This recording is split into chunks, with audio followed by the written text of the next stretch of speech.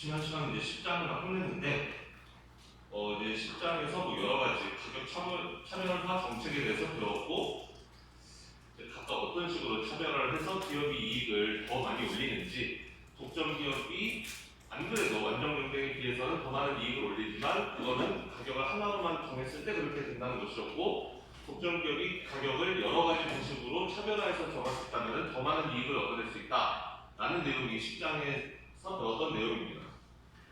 이제 그거를 그럼 9장부터, 8장부터네요. 8장부터 10장까지 넘어오는 과정에서 이제 어떤 조건에서 어떻게 어떤 이제 그 시장 구조가 되는지를 한눈에 보여주는 게 이 그림인데, 이 그림에 대해서 설명을 해보면 맨 처음에 기업이 마켓 파워를 가지는가? 라는 질문이 맨 처음에 있고, 마켓 파워를 가지지 않는다. 마켓 파워라는 것은 기업이 가격을 설정할 수 있는가를 의미하는 거예요. 설정할 수 없으면 마켓 파워가 없는 것이고, 자 그러면 마켓 파워가 있는가? 가격을 정할 수 있는가? 없다라면 가격을 못 정한다는 것이고, 그게 바로 우리가 8장에서 배웠던 완전 경쟁이었죠.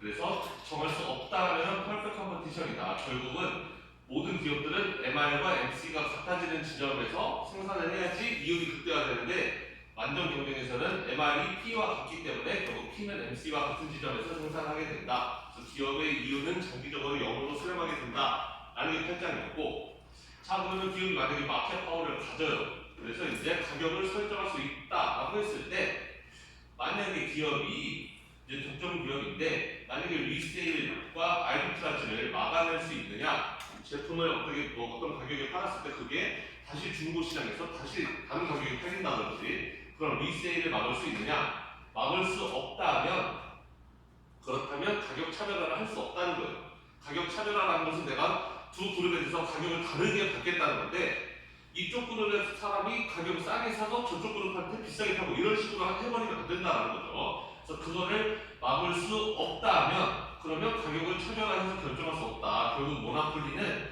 그냥 가격을 딱 하나로, P, 스타라는 하나로 딱 결정해야 되고, 그때 가격은 MR과 MC가 같아지는 지점에서의 생산을 했을 때 그때 가격으로 설정하게 된다는 것이고, 그게 우리가 9장에서 배웠던 내용이었어요. 그리고 그 밑에 나오는 내용들은 전부 우리가 10장에서 배웠던 가격 차별화 내용이 되는 거죠. 자 그러면 리세일과 아르비트라지를 막아낼 수 있다면, 즉 두 그룹에게 다른 가격을 제시하고 각자 이 그룹은 저기가 사고 이 그룹은 저기서 사게끔 이렇게 할 수 있다라면은, 첫 번째 질문이 만약에 그 소비자들이 서로 다른 수요 곡선을 가지느냐, 이제 개별 소비자 한 명 한 명 한 명에 대해서 소비자들이 다 동일한 비슷한 수요 곡선을 갖느냐, 아니면 사람들마다 다 다르느냐. 만약에 다 비슷한 여기는 디퍼런이라고 물었으니까 노라고 하면 디퍼런 하지 않다는 거죠. 비슷한 수요 곡선을 갖는다라면은 우리는 블락 프라이싱이나 투팔 테리프 같은 걸 적용할 수가 있다. 우리가 블락 프라이싱과 투팔 테리프가 맨 마지막에 나왔는데, 거기서 이야기할 때는 제가 시장 전체 수요에 대해서 이야기하지 않고 한 명 한 명의 수요에 대해서 이야기했었죠. 투팔 테리프도 마찬가지로 인디비주얼 디맨드가 있다고 했을 때 그 사람이 원래 가격을 하나로만 설정하게 되면, 마지막 코스트에서 가격을 설정하게 되면은 그 위에 생각한 만큼 컨슈머 서플러스를 가져가게 되는데, 그 컨슈머 서플러스를 입장료를 받아버림으로 해서 그 사람이 컨슈머 서플러스를 다 빼가는 그런 방식이 투팔 테리프였고, 그래서 이 블락 프라이싱과 투팔 테리프는 결국에 개별 소비자 한 명 한 명한테 적용하는 그런 방식이었기 때문에, 사람들이 만약에 다 동일한 디멘컵을 갖는다 그러면 이런 것들을 적용할 수 있다. 사실 동일한 디멘컵을 갖지 않더라도 이와 비슷한 것들은 어차피 할 수가 있긴 해요. 자 밑으로 내려와요. 그래서 만약에 사람들이 다른 디멘컵을 갖고 있다면, 자 이제 여기에서의 질문이 중요한 건데, 자 그럼 기업이 커스터머 디맨드를 그들이 물건을 사기도 전에, 그러니까 얼굴 딱 보자마자 그들을 아이덴티파이 할 수 있느냐, 이 사람이 이쪽 그룹에 속하는 사람인지 이쪽 그룹에 속하는 사람인지, 즉 이 사람이 윌링리스 스테이가 어디까지인지를 물건 사기 전에 알 수 있느냐 없느냐, 이 질문이 굉장히 중요했어요. 왜냐하면 알 수 있다면 우리는 다이렉트 프라이스 디스크리미네이션으로 가는 거고, 알 수 없다면 그러면 인디렉트 프라이스 디스크리미네이션으로 가는 거였습니다. 그래서 알 수 없다면, 이 사람이 어떤 그룹에 속했는지 알 수가 없다면 결국은 세컨드 디그리 프라이스 디스크리미네이션으로 가게 되는데, 그때는 이 사람에게 선택권을 준다. 이거 할래 선택을 주면 알아서 자기가 원하는 쪽으로 갈 거라는 것이고, 그러면은 알아서 이런 선택을 만들 때 기업 입장에서 최대한 이윤을 끌어낼 수 있는 디자인을 하게 되면, 그럼 그게 세컨드 디그리 프라이스 디스크리미네이션이었어요. 그래서 퀀터티 디스카운트를 할 수도 있었고, 한 개 사면 1,000원, 또 5개 사면 2,000원, 뭐 이런 식으로 선택권을 준 다음에 알아서 사게끔 할 수도 있었고, 아니면 벌저닝이라는 걸 할 수도 있어서 비행기 같으면은 뭐 비즈니스석, 이코노미석 따로 만들어서 약간 불편하게 만든 다음에 너는 이거 타고 너는 이거 이렇게 각자 알아서 선택을 하게끔. 아니면 저 수업 시간에 설명드렸죠. 쿠폰 같은 것도 그런 종류의 하나라는 거예요. 우리 보면은 뭐 여러분들 식당 가서 뭐 사 먹을 때 보면은 쿠폰 같은 거 있잖아요. 그리고 쿠폰 가져가면은 뭐 10% 할인 막 이런 쿠폰 같은 거 많이 있단 말이에요. 그런 것도 일종의 세컨드 디그리 프라이스 디스크리미네이션이라는 거예요. 당연히 쿠폰 들고 가면 싸게 머리가 좋긴 좋은데, 세상에 어떤 사람들은 그냥 그런 거 귀찮아서 안 하는 사람들도 많거든요. 쿠폰 들고 가면 좋은 건 다 알지만 누가 그냥 쿠폰 딱 주면은 그거 들고 갈지 몰라도 평소에 다 그거 챙기고 있다가 나 저기 가야지 막 맘먹이다 가는 사람들이 그렇게 생각만큼 많지 않을 수도 있단 말이에요. 그러니까 가격에 민감한 사람들은 쿠폰 평소에 열심히 모았다가 그거 들고 가는 사람이 있는가 하면, 또 그냥 그런 거 귀찮은 사람은 까짓거 10% 할인만 뭐해, 편하게 살지 하면서 그냥 먹고 싶을 때 가서 먹고 이런 사람들도 있다는 거죠. 그래서 이렇게 가격에 대한 민감도가 다를 때 쿠폰을 뿌리는 것은 다 그런 이유다. 쿠폰이라는 것도 일종의 프라이스 디스크리미네이션이라는 거예요. 그냥 정상값만 받으면 가격이 아주 예민한 사람들은 안 올 수도 있으니까 그 사람들 대상으로 쿠폰을 뿌리는데, 문제는 그 쿠폰이라는 게 누구나 받기 쉽게 너무나 보관하기 쉽게 그런 식으로 되어 있으면은 그 쿠폰도 소용이 없어지게 되는 거죠. 무슨 얘기인가요? 비행기에서 이코노미와 비즈니스가 있는데 이코노미를 좀 많이 불편하게 만들어야 된단 말이에요. 그래야지 비즈니스 탈 사람들은 이코노미를 안 가요. 그렇죠? 그러니까 일부러 이코노미를 좀 많이 불편하게 만드는 거죠. 돈 비싸게 주고 탈 사람들은 편한 좌석 타라는 거예요. 왜냐면 얘는 많이 불편하니까 이거 타지 말라는 뜻이죠. 쿠폰도 마찬가지로 쿠폰을 너무 쉽게, 예를 들면 우리나라 전국에 막 다 비치를 해놨어요. 예를 들면 식당인데 식당 바로 정문 앞에 쿠폰이 딱 있어. 쿠폰함이. 그럼 식당 가면서 뭐 쿠폰 딱 뽑아서 이렇게 안 할 사람이 어떻게 있어? 누구나 다 그렇게 하죠. 내가 비싼 돈 주고 사먹고 싶었어도 쿠폰이 눈앞에 있는데 어떻게 그걸 안 쓰겠어? 그러니까 쿠폰 이런 것들도 쓰기 불편하게 만들어 놔야 된다는 거예요. 쓰기가 너무 편해버리면 모두가 다 쓴다는 거죠. 그러니까 쓰기 좀 불편하게 해놔야지 그 가격에 민감한 사람들은 그걸 불편해도 그 쿠폰을 쓸 것이고, 가격이 덜 민감한 사람들은 불편했다 그래까지 안 쓴다, 이런 거죠. 그래서 여러분들이 쿠폰 같은 거 볼 때 뭐 이렇게 들고 다니기 귀찮게 이거를 뭐 종이로 들고 다녀야 돼, 사진으로 뭐 딱 폰으로 찍어가지고 딱 보여주면 쉬울 텐데 꼭 쿠폰을 뭐 종이 조각으로 들고 오라고 그러고 프린트로 출력해 오라고 그러고, 그런 것들은 걔네들이 바보여서 여러분 불편할 거 아는데, 여러분들 일부러 불편할 거 아는데 걔네들이 뭐 이런 디지털 이런 거에 더 익숙해서 그러는 게 아니라 일부러 불편하게 만드는 거예요. 쿠폰이라는 것은 쿠폰을 안 쓸 사람들은 쓰지 말라는 뜻에서 쿠폰이라는 걸 굉장히 쓰기 불편하게 일부러 만들어 놓은 거다. 그리고 번들링이라는 것도 있었고, 역시 블락 프라이싱, 투팔 테이프도 가능했었다. 자, 그런데 만약에 사람의 타입을 미리 알 수 있다면, 이 사람 들어오자마자 이 사람 어떤 타입이구나 알 수 있다면 다이렉트 프라이스 디스크리미네이션을 할 수 있었고, 이 중에 아주 완벽한 거는 퍼스트 디그리, 모든 사람들 한 명 한 명의 위닝리 스킬을 다 알 수가 있어서 그 사람들에게 제각각 가격을 제시하면 그게 1등급 퍼스트 디그리라는 거고, 그 다음에 서드 디그리 3등급은 딱 그룹에 따라서 디맨드 커버가 다른 경우에 이 사람 한 명 한 명에 대해서 개개인에 대해서까지는 잘 알 수가 없지만 남자와 여자는 평균적으로 디맨드 커버가 다르더라. 남자는 얼마, 여자는 얼마 이렇게 되세요. 이런 식으로 하는 게 3등급 프라이스 디스크리미네이션이라고 했습니다. 그래서 10장 수업을 이 정도로 하고 제가 아마 숙제를 낼 거예요. 오늘 혹은 내일 중으로 숙제를 올릴 텐데, 제가 숙제 올리면은 해서 다음 주에 제출을 하시면 되겠습니다.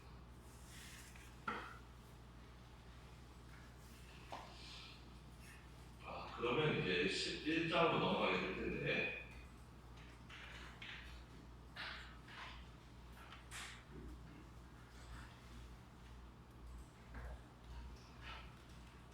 어, 11장은 imperfect competition에 대한 내용이에요. 불완전 경쟁, 완전 경쟁도 아니고 그렇다고 또 독점도 아니고 그 중간쯤에 있는 거라고 생각하면 돼요. 우리 8장에서 완전 경쟁을 배웠고 9장에서 독점을 배웠어요. 그 다음에 10장에서는 이제 독점에서 딸려 나오는 그런 여러 가지 가격 차별화 정책.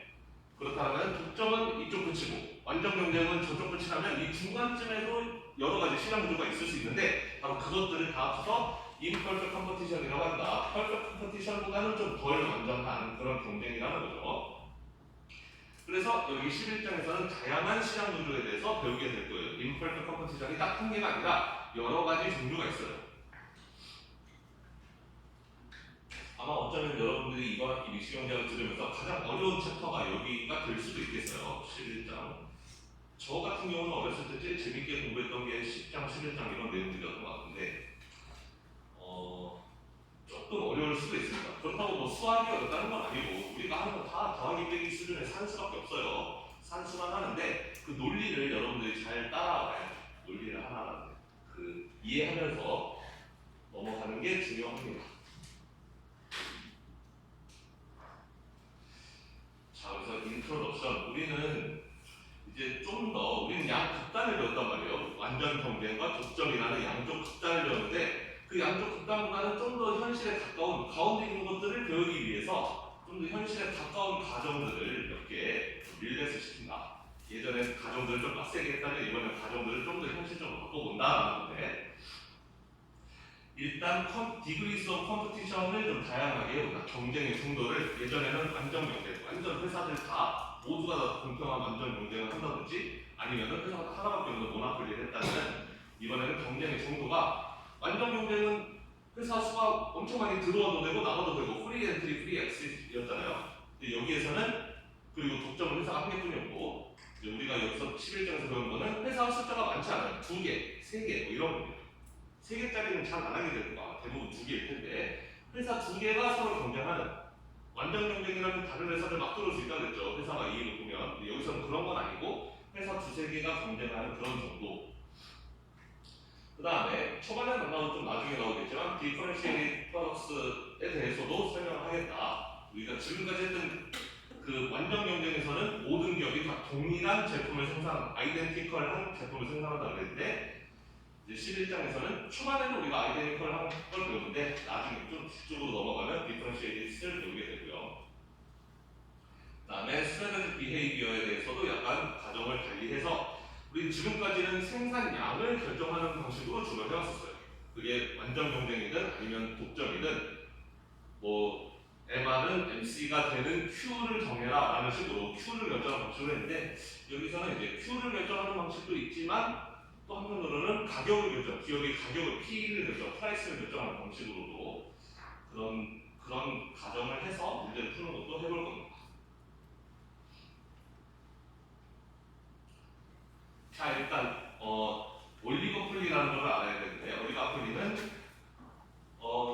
숫자 몇 안 되는 기업들끼리의 경쟁이라고 생각하면 돼요. 우리말로는 과점이라고 해요. 그래서 독점 과점을 합쳐서 독과점이라고 하죠. 재벌 기업 한 2개, 3개가 이렇게 경쟁하는 구도.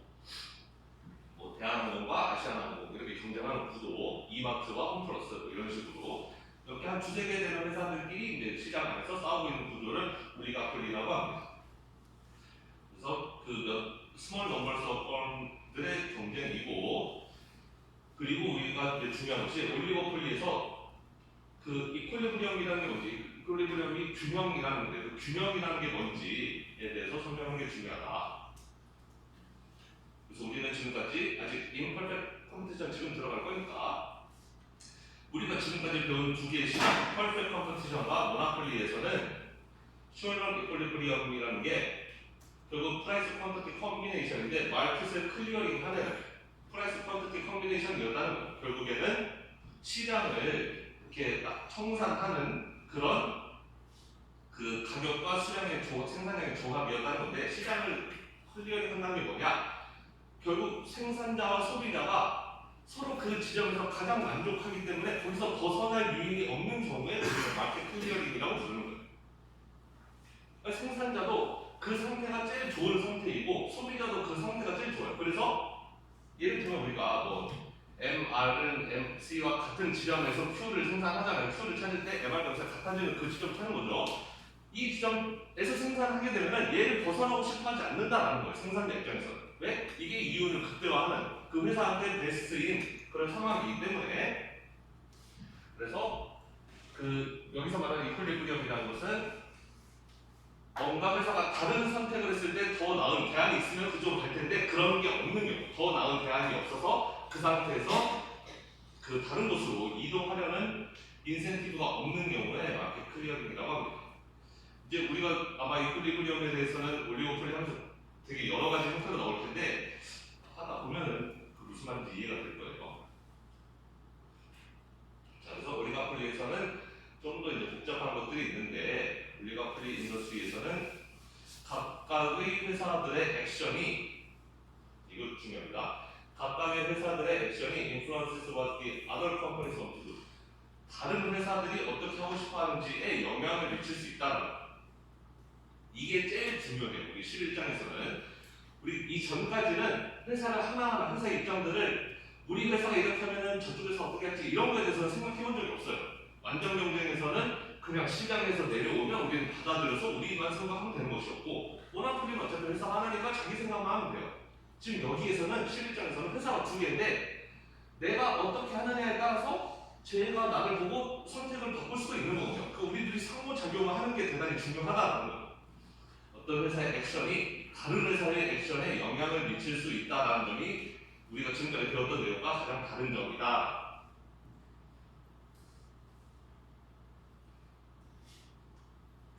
그래서 우리는 아웃컴을 찾아야 되는데 어떤 아웃컴을 찾느냐? 모든 회사가 자기의 결정, 디시전을 체인지하지 않는 아웃컴을 찾아야 된다. 왜냐하면 그게 바로 이퀄리브리엄이라는 뜻이거든요. 균형이라는 것은 모든 회사들이 다 그 자리에 있고 싶어 하는 상태가 이퀄리브리엄이라는 거예요. 이 중에 누구 한 명이라도 나 지금 상태가 마음에 안 드는데 바꿔야지 라고 그런 마음을 먹는다면 그거는 균형 상태가 아니다. 모든 회사들이 다 지금 현재 상태가 만족스럽기 때문에 여기서 내가 딴 짓을 해도 더 나아질 게 없다. 난 여기 그냥 머무르자. 모든 회사들이 다 머무르고 있으면 No one wants to change this decision 할 때가 바로 이퀄리브리엄이라는 거예요. 아무 회사도 자기 결정을 바꾸고 싶지 않을 때 왜? 바꿔봤자 어차피 손해니까 차라리 지금 이대로 스테이하는 게 제일 좋은 거니까 그렇게 모든 회사들이 다 그렇게 스테이하기를 원한다면 우리는 그걸 이퀄리브리엄이라고 하고 우리는 그걸 찾아내고 싶은 거예요. 그 균형 상태를.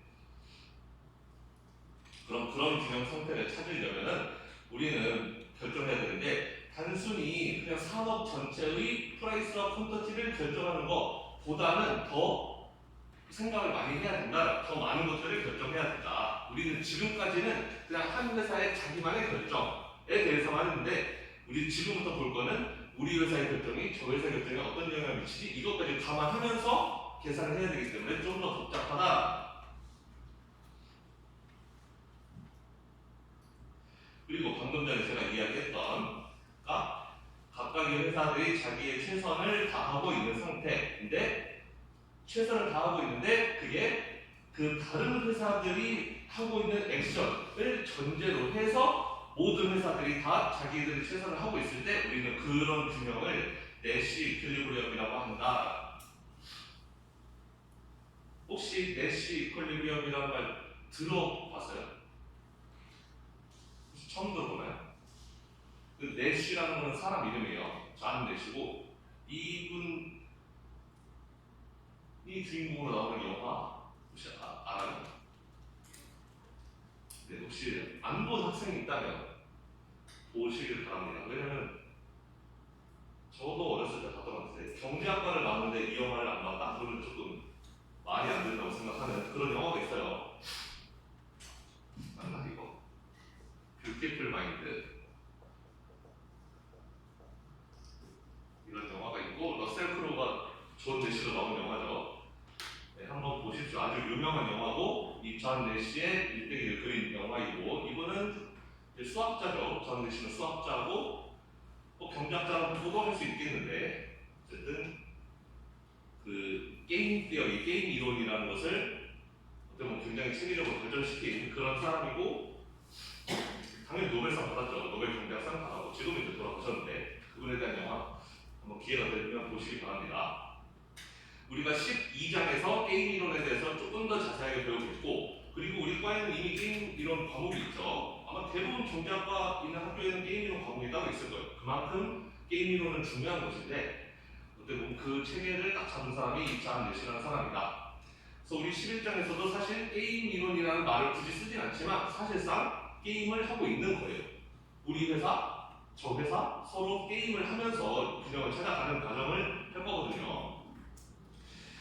자, 그래서 내시 이퀄리브리엄이라는 것은 다른 모든 기업들의 행동을 다 전제로 해서 우리 회사가 우리 회사의 가장 베스트 액션을 하고 있는데 모든 회사들이 다 그런 똑같은 입장일 때, 그래서 지금 상태가 나한테도 베스트, 얘한테도 베스트, 모든 회사들한테 다 베스트인 상태, 그 상태를 우리는 균형, 특히 내시 균형이라고 부른다. 내시 이퀄리브리엄이라고 부른다.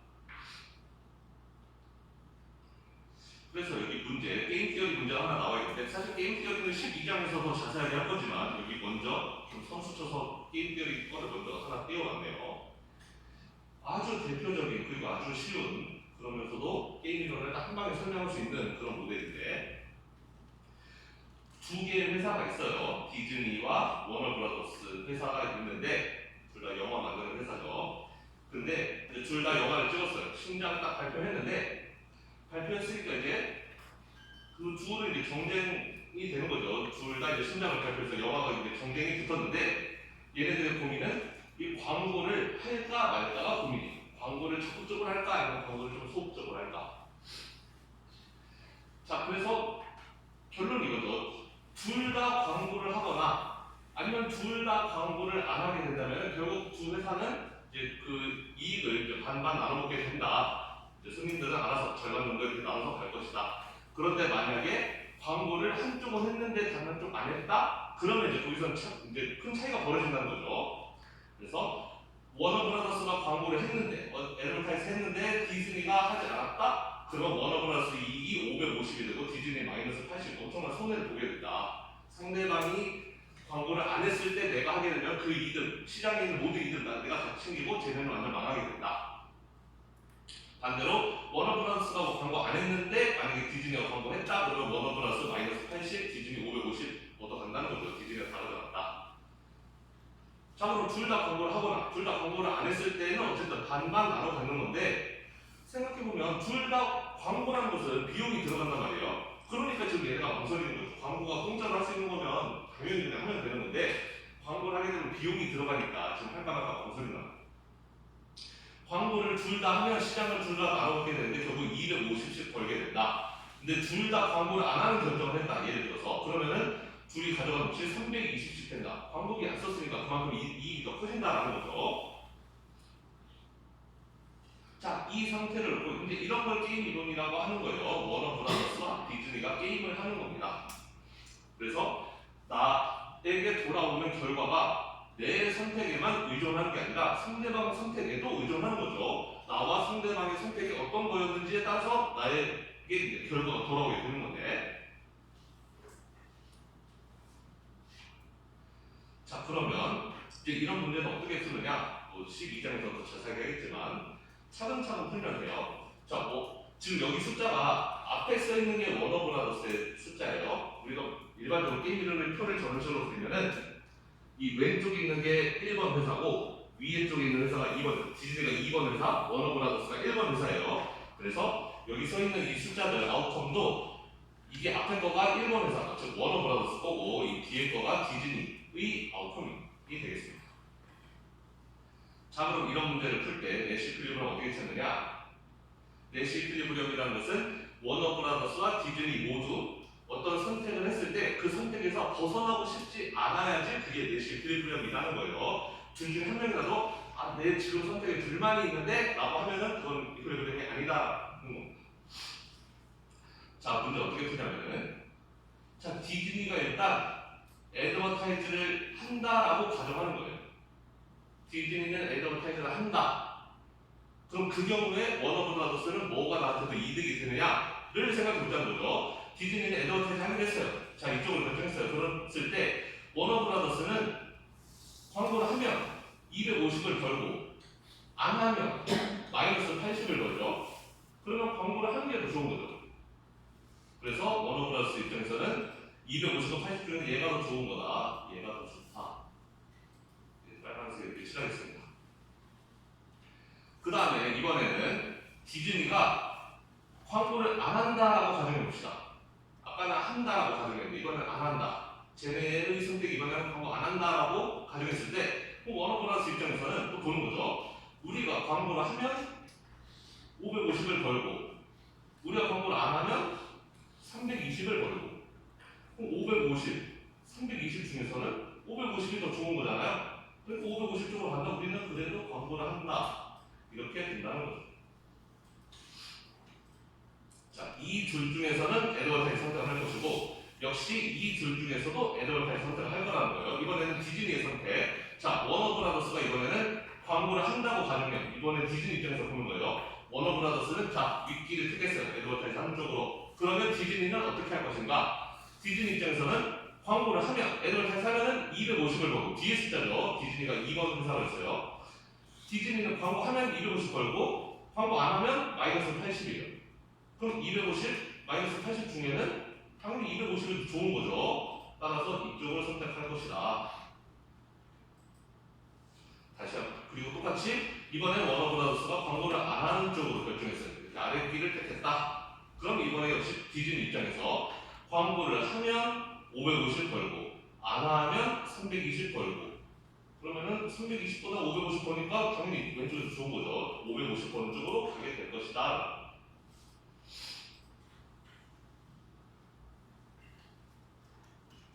자, 뭐냐면 생각해보면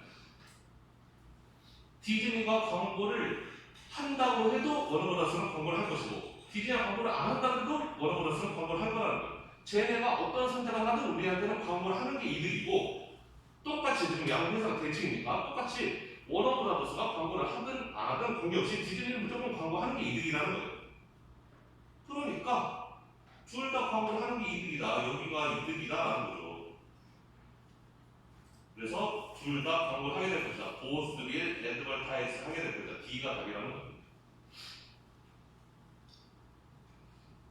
좀 어렵나요? 그래서 내시 이퀄리브리엄은 보스 윌 애드버타이즈예요. 디즈니도 광고를 하고 워너브라더스도 광고를 하는 게 내시 이퀄리브리엄이다. 그러면은 내시 이퀄리브리엄이 되는 제일 중요한 조건은 여기서 벗어나고 싶지 않아야 된다 했어요. 두 회사 모두 둘만 있으면 안 된다 했어요. 자, 지금 현재 이 상태예요. 둘 다 애드버타이즈 하고 있는 상태. 여기에서 디즈니 입장에서는 디즈니가 만약 선택을 바꾼다. 디즈니는 지금 애드버타이즈 하는 쪽에 있는데 내가 광고를 안 하면 어떻게 되지? 광고 안 하면은 지금 250에서 오른쪽으로 넘어가게 되면 마이너스 80이잖아요. 넘어갈 이유가 없는 거죠. 넘어가면 너 손해잖아. 지금 남아있으면 250인데 광고 안 하는 쪽으로 선택을 바꿔버리면 마이너스 80이니까 그런 거 이유가 없어요. 마찬가지로 워너브라더스도 지금 여기 가만히 있으면 250을 버는데 내가 선택을 바꿔요. 광고를 안 하는 쪽으로. 또 애드버타이즈 쪽으로 내려간다? 내려가면 마이너스 80으로 바뀌어. 그럼 250이 가만히 있으면 250인데 굳이 내려가서 마이너스 80 할 이유가 없으니까 이 자리에 있는 게 좋다라는 거예요. 내시 이퀄리브리엄에서 제일 중요한 것은 지금 이 자리에 있는 것이 둘 모두에게 최선이라는 거예요. 여기서 둘 다 자리를 옮기고 싶어 하지 않는다. 그래서 우리는 균형이라고 부른다.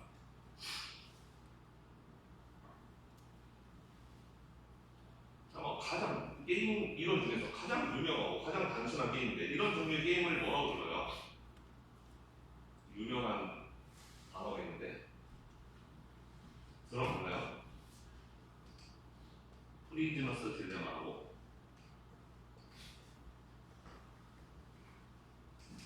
우리말로는 죄수의 딜레마라고 하죠. 죄수의 딜레마. 지금 여기에는 죄수가 나오지 않고 디즈니와 워너브라더스 한 거지만 죄수의 딜레마가 사실상 똑같은 게임이에요.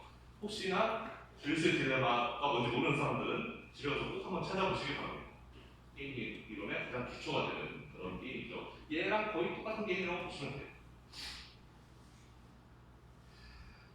자, 그럼 중요한 것은 우리는 이제 내시 이퀄리브리엄을 찾았어요. 둘 다 광고하는 쪽으로 여기가 이제 내시 이퀄리브리엄이다. 항상 이퀄리브리엄이 뭐냐? 라고 질문이 나오면 여러분의 답은 두 플레이어의 액션을 써야 돼요. 뭔 소리냐면은 이게 만약에 객관식이니까 이렇게 고르기가 쉬운데 만약에 주관식이었다. for these two forms에 대해서 내시 이퀄리브리엄이 뭐냐라고 주관식으로 물어봤다면은 여러분의 답은 250, 252요. 이렇게 쓰면 틀린 거다라는 거예요. 우리는 얘네들의 얻게 되는 결과에는 관심이 없고 우리는 얘네가 어떤 선택을 하는지가 중요해요. 그래서 내시 이퀄리브리엄이 뭐냐 그러면은 워너브라더스는 애드버타이즈를 하고 디즈니도 애드버타이즈를 한다라고 써야지 그게 올바른 정답이다라는 거죠. 두 회사의 액션을 써야지 그 액션에 따른 결과물 250, 250 이거는 그 답이 아닌 거예요. 이퀄리브리엄을 써라 그러면은 두 회사의 전략 1번 회사는 이 전략을 택하고 2번 회사는 이 전략을 택했을 때 그게 내시 이퀄리브리엄이다 이렇게 이야기해야 됩니다. 자 어쨌든 자 그러면은 우리가 여기서 알 수 있는 이제 교훈 같은 게 있죠. 제일 중요한 교훈 이 챕터를 어떻게 보면 관통하는 교훈인데 자 둘 다 광고를 하는 게 이퀄리브리엄이라고 했어요. 둘 다 여기서 벗어나고 싶어 하지 않아요. 둘 다 지금 자기한테 최선인데 근데 우리는 이 네 가지 아웃컴을 놓고 보면 250, 252 이 두 회사한테 최선이에요. 최선의 결과예요. 그건 아니라는 거죠. 왜냐면은 둘 다 320, 320을 벌 수 있는 기회가 있었던 거잖아요. 근데 그렇게 안 했다라는 거죠. 자, 그래서 이런 기회가 있었음에도 불구하고 이렇게 하지 않고 이렇게 광고를 하게 되는 거 이게 내시 이퀄리브리엄이라는 것이고 이제 어떻게 보면은 이와 비슷한 내용들을 앞으로 좀 11장에서 배우게 될 겁니다. 자 그러면 워너브라더스와 디즈니가 만약에 지금은 어떻게 생각하면 각자 이기적으로 행동을 한 거예요. 제가 이렇게 하면 난 이렇게 해야지. 제가 이렇게 하면 난 이렇게 해야지. 그렇게 다 따져봤더니 이해관계를 따져봤더니 워너브라더스도 디즈니도 둘 다 광고하는 편이 좋겠다. 서로 각자 이기적으로 자기 생각만 해서 결정하면 이런 결론이 나오는데 만약 얘네 둘이 합의를 봐요. 우리 둘 다 광고하지 않는 쪽으로 합의를 두자. 너도 죽어도 광고하지 마. 나도 안 할게. 둘이 약속을 만약에 해서 그 약속대로 일이 진행됐다면 둘이 320, 320 이렇게 가져갈 수도 있었던 거죠. 우리는 그런 거를 담합이라고 불러요. 이제 앞으로는 담합이라고 부를 텐데 예를 들어서 둘이 담합해가지고 우리 둘 다 광고하지 말자 이렇게 약속하면은 320, 320 이런 결론으로 나올 수도 있다라는 거죠. 하지만 담합이라는 것은 일반적으로 지켜지기가 그렇게 쉽지만은 않다. 왜냐하면 지금 여기서도 알 수 있지만 담합이 이퀄리브리엄이 아니기 때문에 그런 거죠. 내시 이퀄리브리엄이 아니잖아요. 뭔 소리냐? 지금 여기 담합한 상태가 320, 320 이 상태예요. 이게 이퀄리브리엄이려면은 지금 현재 상태가 얘네 둘 다에게 베스트여야 돼요. 즉 선택을 바꾸고 싶지 않아야 돼요. 근데 워너브라더스 입장에서 지금 여기 320, 320 이렇게 벌고 있는데 내가 여기서 돈 애드벌타이즈가 아니라 위로 올라가면 애드벌타이즈로 올라가게 되면은 나는 550을 벌 수 있잖아요. 그러니까 나는 여기 지금 머무르고 싶지 않을 수도 있는 거죠. 올라가면 550 벌 수 있는데 마찬가지로 디즈니도 지금 여기 돈 애드벌타이즈에서 320 벌고 있지만 내가 이 상태에서 왼쪽으로 넘어간다면 애드벌타이즈 하는 쪽으로 담합을 깨고 상대방 대신하고 광고를 나온다 한다면 550을 벌 수 있는 거잖아요. 그러니까 이 320, 320은 전체적으로 보면 두 회사한테 최선의 선택일 수 있겠지만 각자 개별기업 따로따로 놓고 보면은 지금 이 상태에 있는 게 불만이라고 해요. 내가 옮겨가면 나 좀 더 벌 수 있는데 상태가 되는 거죠. 따라서 얘는 지금 이 320, 320 둘 다 광고하지 않는 쪽은 어떻게 보면 담합을 해서 두 회사에게 더 큰 이익을 줄 수는 있지만 이런 결정이 쉽게 자연적으로 발생되기는 쉽지는 않다. 담합이라는 게 유지되는 게 쉽지는 않다.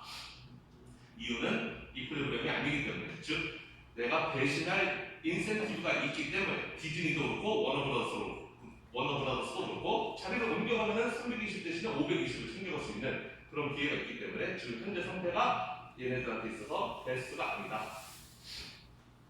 자 일단 이 정도만 하고 넘어가고 여기까지는 이제 뭐 계산할 거 없었지만 지금부터는 이제 좀 계산 같은 것도 많이 나오게 됩니다.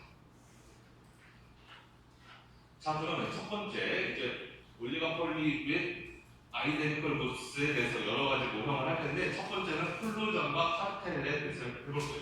콜루전은 담합이라는 뜻이에요. 담합. 카르텔도 담합 같은 거라고 생각하면 됩니다.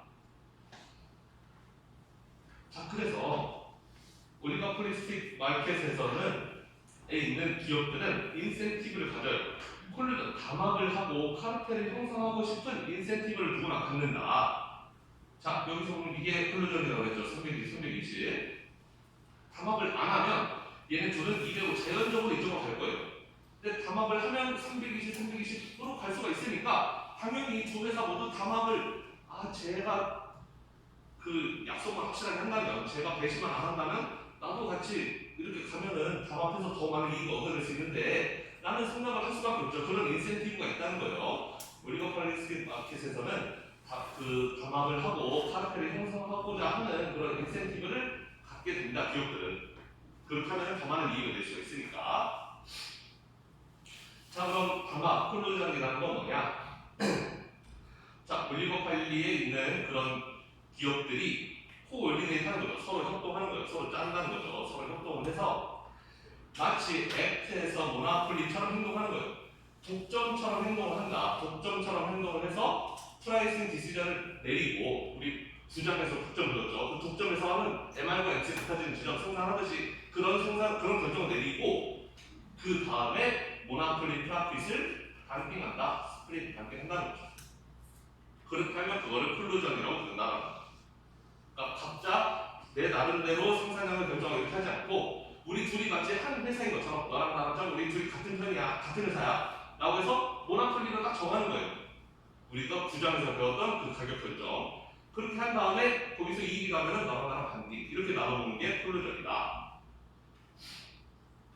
자, 그래서 콜루전과 카르텔의 이제 모형에 대해서 우리가 설명해 볼 텐데, 일단 기업들이 동일한 제품을 생산한다라고 우리가 가정을 해보시고, 그 다음에 중요한 것은 firm들이 agree to coordinate, 그 동의한다는 거예요. 서로 이제 협조한다는 거죠. 서로 협조하기를 동의한다. 그래서 conduct pricing decision을 이제 마치 한 회사인 것처럼 딱 가장 이익이 커지는 지점에서 결정하고 그거를 너랑 나랑 나눠 먹는다.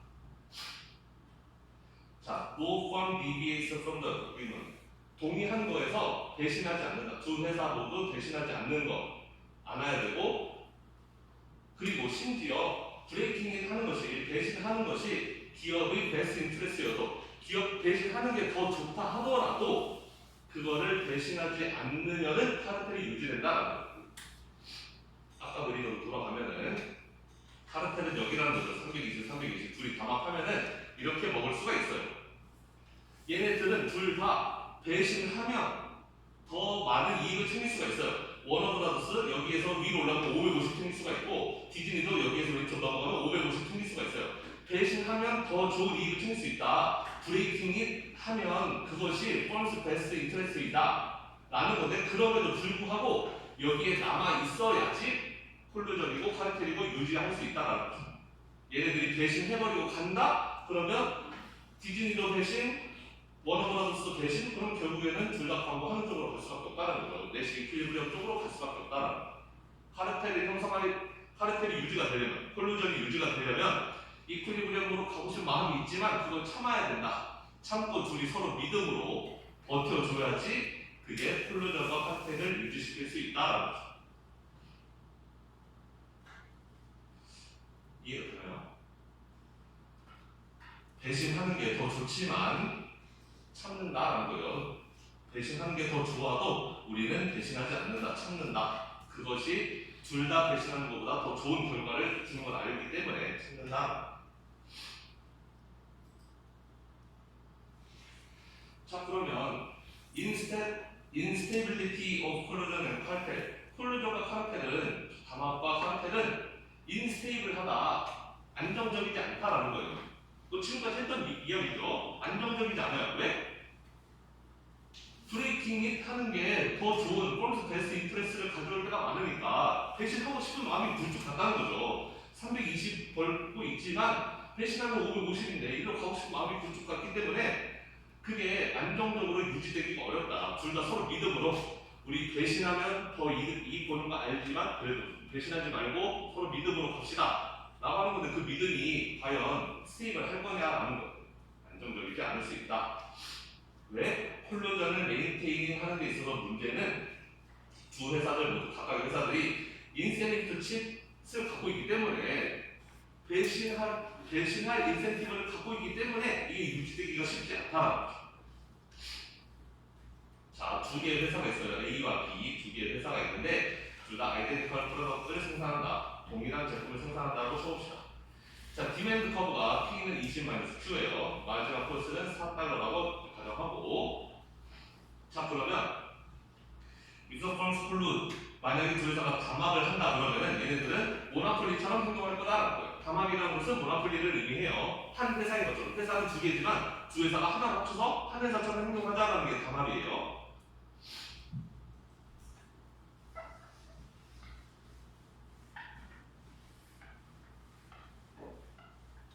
자, 그러면 여러분 한번 풀어보세요. 그냥 우리 독점에서 배웠던 거 그대로 풀면 됩니다.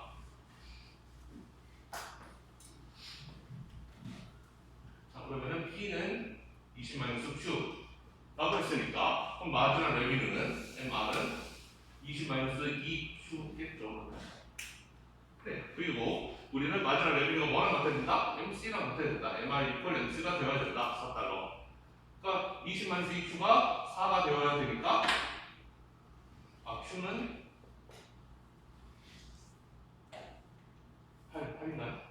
8이죠. 20에서 16분 사니까. 그래서 Q는 8이 나온다. 그럼 가격은 여기다 집어넣으면 되죠. 여기다 집어넣으면 가격은 P는 12구나. 20 빼기 8이니까. 그래서 가격을 12로 정하고 생산량을 8. 근데 두 회사 합쳐서 생산량이 8이니까 두 회사가 반띵한다 그러면 너 4개, 나 4개 이렇게 생산하면 되겠죠. 4개씩. 자, 그래서 모나폴리를 하게 된다면 가격은 12달러이고 그러면 이때 얻게 되는 이제 이익 얼마인지를 계산해 보자는 거죠. 이익을 계산하려면 가격에서 C를 코스를 뺀 다음에 거기에다가 퀀티티를 곱하면 되는 거니까 그러면 12달러에서 코스는 4달러라 그랬고 거기에다가 수량 8개를 곱하면은 88이 64, 64달러를 벌 수 있구나. 그러면 모나폴리처럼 행동을 64달러를 버니까 32 넘어갔고 32 나가고 이렇게 둘 다 32씩 나눠갖는다라는 거예요. 그게 바로 카르텔 콜루전이라는 거죠. 그래서 폼스 스플릿 프로덕션 한다면 반띵 한다고 치면은 그러면은 전체 다해서 8개 생산할 거니까 반띵하면 너 4개, 나 4개 각각의 회사들은 4개씩 생산할 거고 그러면 총 64의 이익을 각각 반띵해서 32, 32 이렇게 나눠갖는다라는 거죠.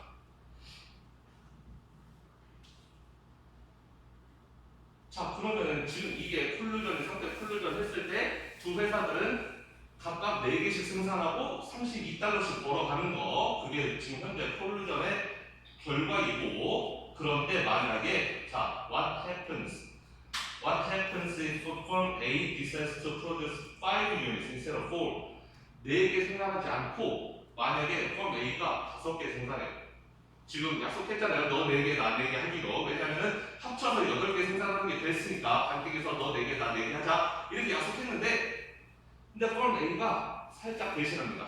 그래 너 4개 할 거야? 그럼 나는 몰래 한 개 더 해. 5개 이렇게 한다는 거예요. 내가 하나라도 더 팔면 혹시나 이득이 될까 싶어서. 자, 그러면 firm A가 5개 생산하는 걸로 바꿔봅시다.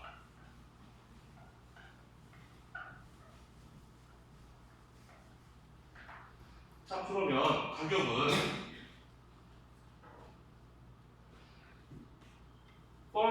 B는 4개 생산한다 그랬는데 원래 4개, 4개 하기로 해가지고 4개, 4개 합쳐서 8개 그래서 20 빼기 8에서 12달러였는데 제가 4개 할 때 내가 펌 A가 5개 해버려요. 그러면 제 4개, 나 5개 합치면 9개가 되죠.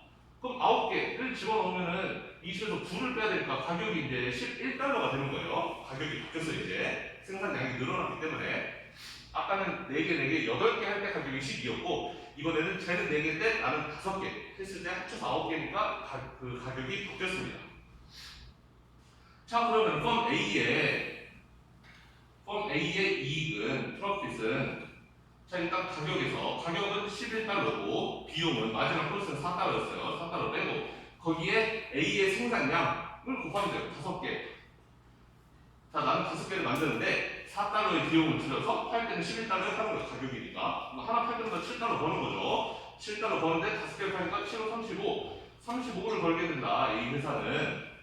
자, B 회사는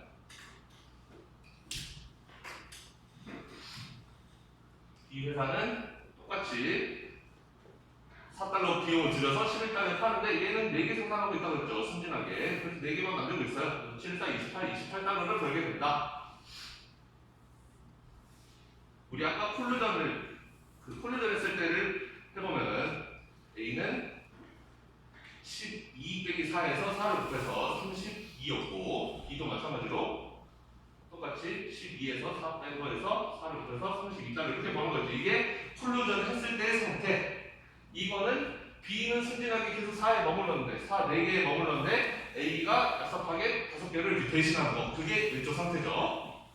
자, 비교해 보면은 A는 둘이 합이 콜루전 하고 있을 때는 32였는데 대신을 하면은 35를 벌어요. 3달러를 더 벌죠. 그러니까 안 할 이유가 없다는 거예요. 이거. 하지만 A가 대신하면서 승진했던 B는 손해 보는 거죠. 32 벌던 거를 이제는 28 버는 걸로 떨어지니까 결국 자기가 3달러를 더 벌고자 배신을 하게 되면 얘는 4를 잃게 된다라는 거예요. 그러니까 시장 전체 이익을 따지면은 원래는 둘 합쳐서 64를 벌던 거였는데 이제는 합치면은 63이 되는 거죠. 결국 시장 전체적으로 보면은 1을 깎아먹는 행동이에요. 하지만 깎아먹지만 내 생각만 하자면 나는 어쨌든 32에서 35 돈을 더 벌 수 있으니까 너야 뭐 하든 말든 나는 어쨌든 좋은 방향으로 간다 라는 겁니다. 그래서 A는 어쨌든 인디비주얼 프로핏을 올릴 수가 있다. 35까지 올릴 수 있었고 대신에 B는 그만큼 프로핏이 떨어져서 28로 이렇게 떨어지게 된다. 그래서 결론은 콜루전, 카르텔이라는 것은 인스테이블하다, 스테이블 안정적이지 않다. 이 상태로 머물러 있기가 어렵다. 참기 힘들다는 거죠. 어렵다는 거죠. 32에서 이 35 버는 게 없자 하고 싶다고 이쪽으로 넘어가고 싶다라는 거죠. A 입장에서는. B도 마찬가지로 당연히. 그렇기 때문에 이런 콜루전이라는 게 둘 사이의 합의가 오래 가기가 쉽지 않다. 자, 이 그림은 이제 앞에 거를 설명한 건데 둘 합쳐서 8개, 즉 4개 생산했을 때는 가격이 12달러지만 하나 더 생산량을 늘리게 되면 결국엔 수용성은 우하향하기 때문에 가격이 이렇게 떨어지는 것을 피할 수 없다는 거예요. 즉 독점에서 MRMC 해가지고 하는 이유는 했을 때 제일 중요한 것은 독점은 어쨌든 생산을 많이 하지 않는다는 게 제일 중요한 거예요. 제 말이 맞나요? 완전 경쟁은 생산을 여기까지 하는 거잖아요. D와 MC가 만나는 지점까지 생산하는 게 완전 경쟁이었고 독점은 생산을 딱 그거의 절반만 하는 게 독점이었잖아요. 독점이 이익을 많이 낼 수 있었던 이유는 생산량을 딱 정확하게 잘라서 많이 생산을 안 했기 때문에 독점이 이익을 많이 봤던 거예요. 독점의 이익이라는 것은 생산을 많이 하지 않음으로써 발생하는 거였는데 배신을 한다는 것은 생산량을 늘리는 쪽으로 배신을 하는 거죠.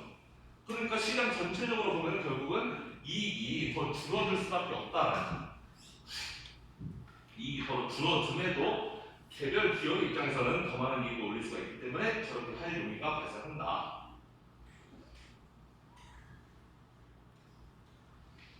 자, 그리고 여기에서는 또 다른 설명이 있는데 만약에 회사의 수가 더 늘어나면 그러면 카르텔을 유지하기가 더 어려워질 것이다 라고 했습니다. 기업은 지금 우리는 여기서는 회사가 2개만 있는 걸로 하고 있었는데 만약에 회사가 3개, 4개, 5개 더 늘어나면 아마 더 어려워질 것이다. 그 담합을 유지하는 것이 더 어려워질 것이다 라고요. 그래서 having more firms 하게 되면은 damages suffered by any one firm이 줄어들게 되고 그러니까 지금 데미지가 이걸 말하는 거죠. 32에서 28로 떨어지는 데미지. A가 배신을 함으로 해서 B가 입게 되는 손해가 줄어들게 될 것이다. 그래서 결국 프로필 로스가 치팅으로 발생하는 프로필 로스가 결국 스프레드 아웃돼서 다른 회사들을 퍼지게 돼서 결국 그게 작은 것처럼 보여질 것이다 라는 건데 자, 뭔 소리냐면 만약에 이번에는 회사가 한 4개 있는 걸로 쳐볼게요. 지금까지 2개만 있는 걸 했지만 그럼 만약에 회사가 4개가 있어서 4회사가 동시에 다 담합을 한다. 회사가 그래서 4개가 있어요. C, D까지 있는 거죠. 4개 회사가 있을 때 네 회사가 모두 담합을 한다? 모두 한 회사인 것처럼 독점한 다음에 4분의 1씩 나눠 갖는다?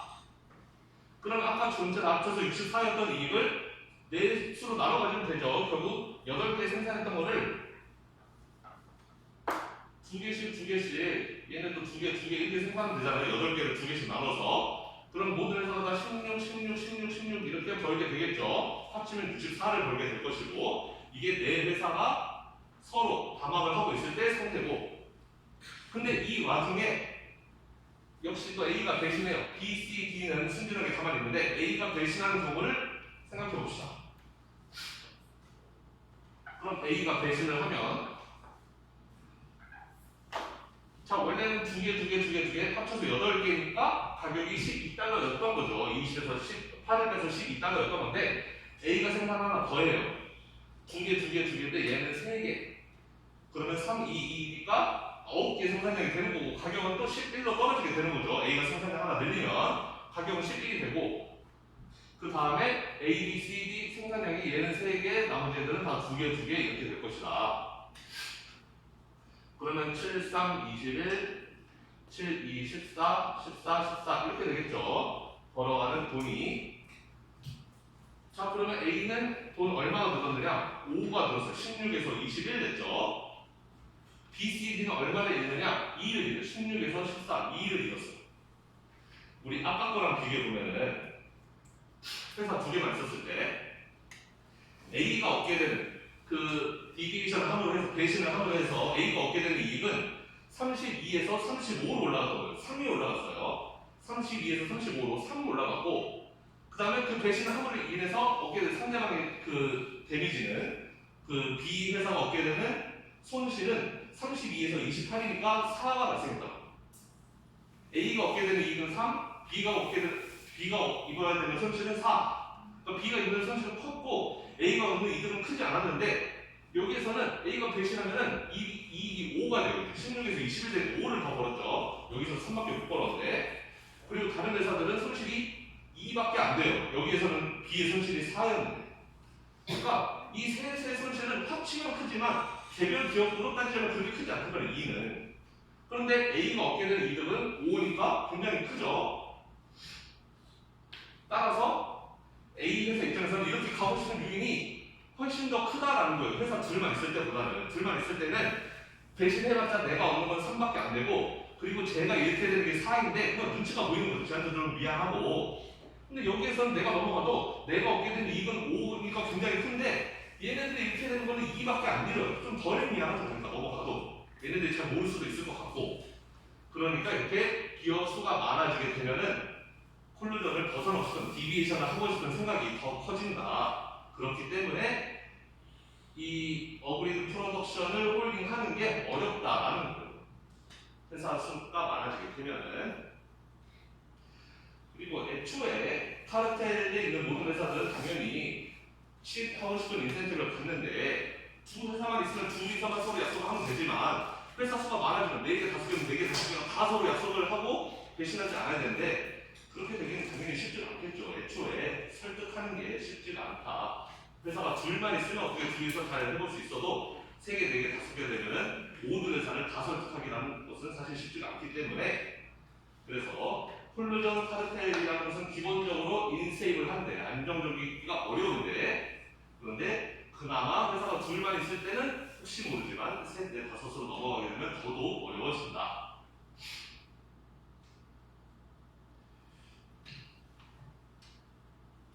자, 그러면 콜루전을 좀 쉽게 만드는 그런 요인들도 있는가? 자, 클루시브 어그리먼을 서스테인하게 하는, 서스테인하기 쉽게 만들어주는 그런 요인들도 있는데, 자, 첫 번째, 만약에 치터, 지금 치터가 A죠. A가 원래 2개 생산하는 거를 3개로 이렇게 늘리면 A가 치팅을 한 거예요. 이렇게 치팅하는 놈을 잡아서 죽일 수 있으면, 그게 쉬우면, 그러면 콜루전을 쉽게 하기 어려울 거다. 그렇죠? A가 저렇게 배신을 하자마자 그냥 바로 잡아버리고, 만약에 1,000원씩 있었다, 너가 이 시장에서 쫓아내버려. 예를 들면은 그런 식으로 퍼니시 할 수 있으면, 혼내줄 수 있으면, 그러면 이제 A가 쫄아서 못 넘어갈 수 있다라는 거죠. 그리고 만약에 프로듀서들 사이에서 마진할 코스트의 베리에이션이 거의 없으면 작으면 그러니까 모든 회사들이 다 동일한 마진할 코스트를 갖고 있다면 그러면 콜루전을 유지하기가 쉽다라는 거예요. 그래서 콜루전이라는 게 기본적으로 좀 비슷한 애들끼리 급이 맞는 애들끼리 모여야지 너랑 나랑 성향 비슷하니까 우리 모여서 같이 해보자 이게 되는 거지. 급이 안 맞는 하나는 되게 대기업이고 하나는 되게 중소기업이고 이런 경우에는 마지막 코스가 서로 다른 경우에는 콜루전을 통한 이익을 그 밸런스 있게 배분하기가 쉽지 않기 때문에 그래서 그 콜루전을 유지하기가 어렵다. 콜루전이 되려면은 회사의 규모도 비슷하고 여러모로 비슷한 규모의 회사끼리 만나야지 그게 가능하지. 급이 안 되는 애 둘이 만나서 콜루전 하기가 쉽지 않다라는 거예요. 중소기업이 대기업한테 가가지고 우리 같이 담합합시다. 그럼 대기업이 뒷동으로도 안 듣는다는 거죠. 그 다음에 이 세 번째 거 되게 중요할 수 있는데 롱 타임 호라이즌이면은 그 디펙션 대신하는 거를 뭐 코스트냐 더그 비용이 많이 들게끔 만들 수가 있기 때문에 특히 퓨처 모노폴리 프로핏이 더 많은 웨이스 더 많은 비중을 차지하고 있다라면은 그런 콜루전이 쉽지 않다. 그 콜루전을 깨는 게 쉽지 않다. 아 이건 좀 뭔 소리냐면은 자 예를 들어서 콜루전 내가 한번 깼어요. A 회사가 이렇게 배신을 한번 했어요. 그러면 A는 이렇게 돈을 더 벌게 되죠. B, C, D는 손해를 보고 자 이렇게 한번 깨진 상황이 되면은 그 다음번에 얘네들이 장사를 한번 또 해요. 예를 들어서 이 장사를 또 하게 된다면은 이제는 B, C, D도 순진하게 여기 남아있을 이유가 없겠죠. B, C, A가 이미 얘가 배신해서 지원자 창고 자산을 나왔으니까 B, C, D도 똑같이 이제 배신하게 될 거란 말이에요. 결국에는 이 콜루전을 깨뜨리는 행위라는 것은 어떻게 보면 일회성, 딱 한 번의 이득을 내가 차지하고자 하는 목적에서 이렇게 콜루전을 배신하는 건데 만약에 이 두 회사가 서로 오래 가야 될 사이예요. 이번에 딱 한 번만 장사하고 끝낼 사이가 아니고 앞으로 10년, 20년 뒤에서 서로 같이 장사를 해야 되는 사이라면은 담합을 계속 유지하려면 10년 동안 쭉 담합을 유지해요. 근데 내가 지금 여기서 대신한다? 그러면은 지금 당장은 내가 더 큰 이익을 벌 수 있지만 그 대신에 앞으로 쭉 10년 동안은 얘랑 나랑 싸우는 방식, 그 경쟁하는 구도로 가야 되니까 결국 담합으로 인한 이익을, 퓨처 프로핏을 챙기지 못한다는 거죠. 만약에 시간이 길게 남아있고 퓨처 프로핏이 굉장히 크다라면은 미래를 위해서 담합을 유지하는 편이 두 회사한테도 더 좋을 수 있는 거죠. 그러니까 담합을 깬다라는 것은 지금 딱 한 번, 여기서 한몫 잡고 나는 털고 나가겠다. 이럴 때 담합을 깨는 거란 말이죠. 그래서 둘이 이번에 딱 마지막 골사인데 난 여기 다시는 안 와. 그럴 거라면은 한번 담합 깨고 그리고 이제 크게 한판 해먹고 이제 나올 수 있지만 앞으로 계속 봐야 되는 사이라면은 그 담합을 깨는 게 쉽지 않다.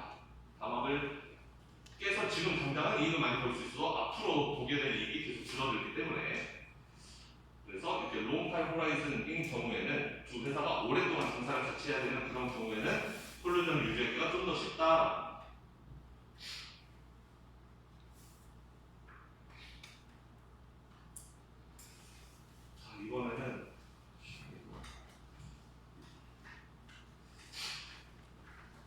이번에는 올리브클립 아이덴티컬 구스에서 베르트랑 컴피티션을 해볼 건데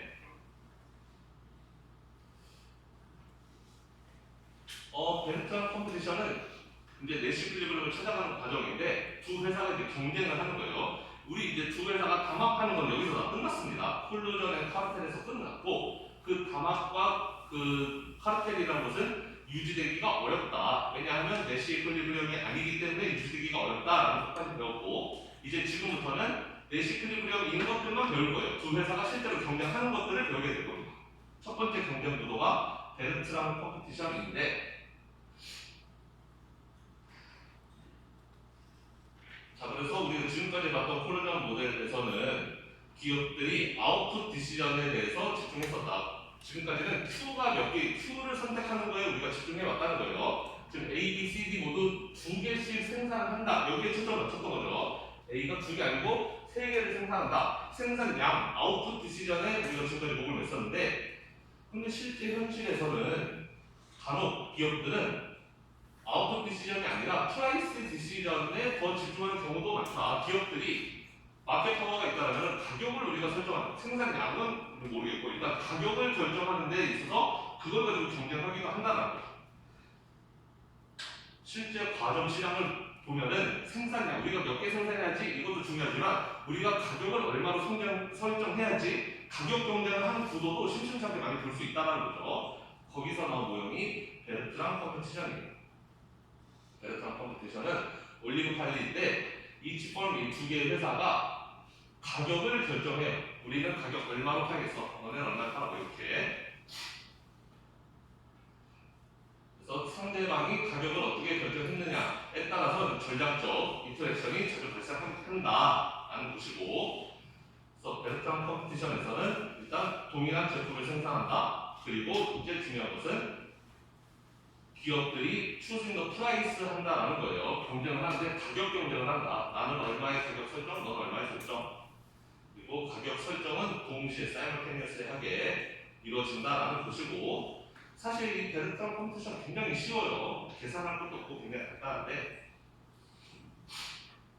자 예를 들어서 플레이스테이션을 파는 매장이 타겟도 있고 월마트도 있어요. 둘 다 플레이스테이션을 파는데 다 동일한 제품 파는 거죠. 둘 다 똑같은 플레이스테이션을 팔고 마지막 코스도 똑같다고 쳤을 때, 자 시장 전체에서 소화되는 퀀터티를 그냥 Q라고 가정하겠습니다. 전체 Q만큼 팔리는데 월마트에서는 가격을 PW로 제시하고 타겟에서는 PT로 가격을 제시해요. 플레이스테이션을 좀 우리 보통 생각에는 비슷한 가격으로 책정할 것 같은데 그렇지 않나 보죠. 자 그럼 디맨드는 월마트와 타겟에 대해서 디맨드는 어떻게 되느냐? 아주 간단합니다. 한쪽이 가격을 더 싼 가격을 제시하면 그쪽으로 수요가 다 쏠린다라는 거예요. 나머지 한쪽 가격이 더 비싼 쪽은 수요가 없고 가격이 더 싼 쪽은 수요가 다 쏠리고, 만약에 둘 가격이 우연히 또 같았다? 그러면 수요는 반반으로 간다. 그래서 월마트가 W고 타겟이 T인데 월마트 입장에서는 월마트가 만약에 더 싼 가격, PT보다 월마트가 더 쌌다, 가격이 더 싸면은 수요 우리가 다 땡겨온다. 만약에 가격이 같으면 수요는 너랑 나랑 반띵하는 것이고, 내가 가격이 좀 비쌌으면 나한테 오는 수요는 없다. 타겟 입장에서는 정반대죠. 내가 타겟이 더 쌌으면 나한테 수요가 다 오고, 가격이 같으면 반반, 내가 더 비쌌으면 나한테 수요가 없는 거.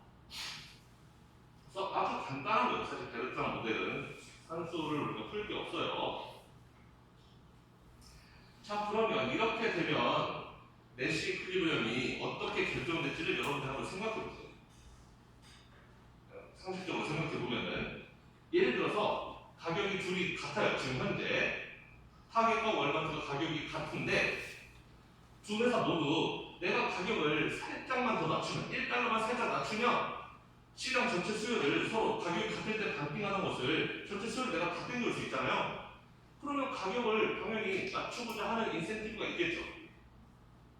그러니까 가격 경쟁은 그런 데서 발생한다라는 거예요. 두 회사가 지금 현재 비슷한 가격을 형성하고 있는데 만약에 내가 쟤네보다 1달러만 좀 더 깎으면은 우리가 지금 반 나눠 먹고 있던 수요가 나한테 다 쏠려버릴 테니까 가격 내가 살짝 깎고 수요 내가 다 가져오면 나한테 훨씬 더 큰 이득이 될 수 있단 말이에요.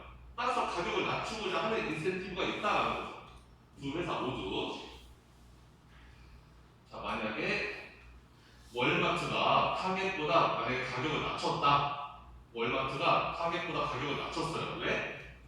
내가 수요를 다 득점하기 위해서 타겟보다 싸게만 팔면은 수요는 다 나한테 올 테니까. 그럼 타겟은 어떻게 할 거냐? 그럼 그렇게 가만히 있을 거냐? 내가 더 비싼 채로 수요 다 뺏기는 상태로 그대로 있을 거냐? 만약에 타겟이 스틸 원투 세일 하고 싶은 플레이스테이션 팔고 싶으면 그러면 월마트까지 같이 가격을 낮출 수도 있을 것이고 월마트랑 딱 맞게. 그래서 마켓을 역시 다시 한번 반띵하는 같이 가격 하락을 시킴으로 해서 시장을 반띵할 수도 있을 거고, 아니면 월마트보다 가격을 더 깎아서 아예 그냥 내가 모든 수요를 다 챙길 수도 있다라는 거죠. 그래서 결국에는 내시 이퀄리브리엄이 어떻게 될 것인가? 내시 이퀄리브리엄은 언제 발생하냐면 두 회사가 모두 마지막 코스트만큼의 가격을 딱 차지하면 그게 이퀄리브리엄일 거다.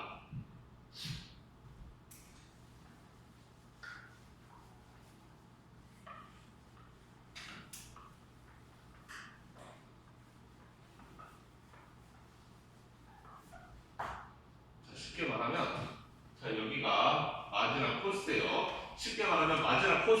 가격이 떨어졌다는 것은 손익분기를 의미하는 겁니다. 여기가 손익분기예요. 이 밑으로 가격이 떨어진다. 내가 드리는 비용보다 가격이 더 낮다. 그러면 이제 손실로 가는 것이고, 지금 여기까지 가격이 떨어지면 손익분기예요. 월마트와 타겟이 있는데 월마트랑 타겟이 가격을 이렇게 형성하고 있다. 서로. 자, 둘 다 가격이 높아요. 지금 현재 손익분기보다 훨씬 높죠. 그러면 둘 다 가격이 비싸니까 지금 둘 다 어느 정도 이익을 챙기고 있어요. 그런데 수요는 반띵한 거죠. 가격이 서로 같으면은. 자, 지금 시장 수요를 반반 나눠보고 있는데 우리 둘 다 이익을 어느 정도 챙기고 있는 상태. 자, 그럼 이게 넷이 이퀄리브리엄이 되려면 얘네 둘 다 지금 상태에서 불만이 없어요. 근데 둘 다 불만이 있어요. 왜? 얘 같은 경우에 가격을 좀만 낮추면, 가격을 살짝 이렇게만 낮춰버리면은, 그러면 얘한테 가는 수요를 내가 다 뺏어올 수 있잖아요. 수요가 다 많으니까 가격은 살짝 낮췄지만 Q가 2배로 늘어나가지고 우리 회사 이익이 훨씬 더 커지게 될 수 있다는 거죠. 그러니까 이렇게 가격을 낮출 요인이 있다라는 거죠. 두 회사가 서로 가격으로 경쟁한다면. 그럼 얘도 마찬가지죠. 내가 수요 다 뺏겼으니까 이대로 있는 것보다는 나도 가격을 이렇게 낮춰가지고 이만큼 낮추면 이제 이 수요 다 뺏어올 수 있으니까 여전히 나는 손익분기보다는 훨씬 비싼 가격을 갖고 있는 것이고, 어쨌든 손익분기보다 가격이 위에 있으면 회사는 이익이에요. 이익인데 가격이 서로 같으면 반딩이지만 내가 살짝만 더 낮추면 내가 모든 수요를 다 끌어오면서 훨씬 회사의 이익을 극대화시킬 수 있다. 즉 두 회사 모두 지금 이 손익분기 위에 있는 단계에서는 계속 가격 경쟁을 할 수밖에 없다는 거예요. 너가 낮춰, 그럼 나도 낮춰, 그럼 나도 또 낮춰, 나도 또 낮춰, 이렇게 된다는 거죠. 내가 상대방보다 1달러라도 싸게 팔면 무조건 그게 나한테 최선이니까. 그래서 바닥까지 왔어요. 계속 가격 경쟁하다 보니까 이제 바닥까지 와가지고 이제 여기까지 왔다. 둘 다 손익분기까지 왔어요. 예를 들어서 여기까지 왔어요.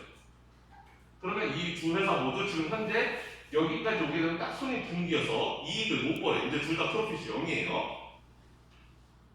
그럼 프로핏이 0인 상태에서 얘네 둘은 지금 이 상태에서 벗어날 이유가 있는가, 벗어날 인센티브가 있는가. 즉 타겟 입장에서 가격을 낮추거나 가격을 위로 올릴 인센티브가 있는가. 가격을 낮출 인센티브가 있을까요? 없죠. 왜냐면 내려가면 손실이라고 했어요. 지금 현재는 0이라고 했죠. 이익도 없고 손실도 없는 0인데 굳이 내려가서 우리가 수요를 다 뺏어오지만 손실을 볼 이유는 없단 말이에요. 지금 이 게임이 한 번만 하고 마는 게임이라면. 그러니까 내려갈 인센티브는 없고, 그럼 가격을 올릴 인센티브는 있는가? 가격을 얘가 살짝 올려요. 그럼 가격을 올리면 얘는 수요 없겠죠. 얘보다 가격이 비싸지는 거니까 수요 없을 거예요. 그럼 얘한테는 수요가 없으니까 회사가 벌어들인 이익은 여전히 0. 그럼 여기 있으나 올라가나 어차피 똑같은 거죠. 가만히 있어도 0, 올라가도 0. 그럼 보면 어쨌든 굳이 올라갈 이유는 별로 없는 거예요. 가만히 있으나 올라가는 똑같으니까. 우리는 더 좋을 때만 그 선택을 바꾼다라고 생각해 봅시다.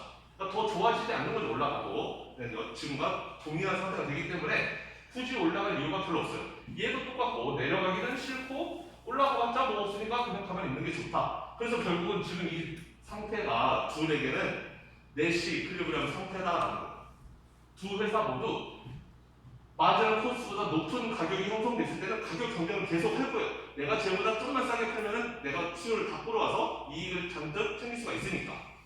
근데 그러다 보면은 가격이 계속 낮아지게 될 것이고, 언제 그러면 둘 다 불만이 없는 상태로 가느냐? 가격이 바닥까지 내려오게 되면 이제 여기서는 둘 다 불만이 없다. 여기서 다른 선택을 할 이유가 없다라는 거예요. 이 위에서는 다른 선택을 한다는 거죠. 무조건 가격을 낮추는 선택을 계속 한다는 거예요. 그래서 이퀄리브리엄은 어디서 발생하느냐? 이 뒷벌미 마지막 코스만큼을 차지하면, 가격을 MC에서 결정하게 되면 거기에서는 얘네 둘 다 이거를 벗어날 요인이 생기지 않는다. 그래서 마지막 넷이 이퀄리브리엄이라고 부른다라는 거예요.